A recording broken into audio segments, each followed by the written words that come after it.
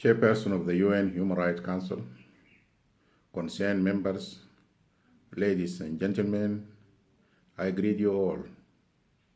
Salutation and appreciation to the efforts globally exerted by this august body, with equally great concern to the plight of the Sudanese people who suffered and is still suffering and enduring gross human rights violations inflicted by their own government. Welcoming Council Resolutions 33 and 19, I call on the universe of the human rights concerned people and this Council to pay critical attention to the commitments endorsed under their recommendations. As I welcome the decision of the investigator continuing his efforts to implement the committed 2 visits to Sudan, however, this time he should extend his visit to the areas where affected people are located, to be able to meet all the stakeholders and to avoid the risk of manipulation of his visits.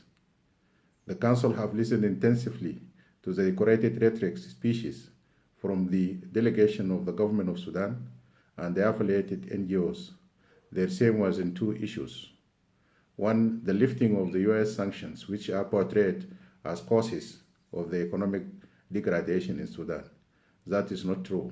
The truth is of their own making and their policies. 2, the genocide of the Rohingya people. That is unaccepted, uncalled for genocide, and it is evil everywhere. These people or NGOs never talked about the genocide in their backyard. Therefore, mass rape of Tarbet, mass killings in the Nuba Mountains, Blue Nile, human rights violation all over Sudan, September massacres, a recent Kalma camp. I call for an independent investigation to the incident. Taking this opportunity, I strongly urge the concerned human rights organizations, governments, and members of this council to condemn the continuity of the government violence and evident violation of human rights and attack on civilians, detentions, massacres of all corners of Sudan. I want the Council to pay attention to the Sudan government rhetoric continuing war under cover of gun disbandment. This is a disguised method of launching military operations while declaring cessation of hostilities. Thank you all for listening. Malik, Chairperson, Sudan People Liberation Movement.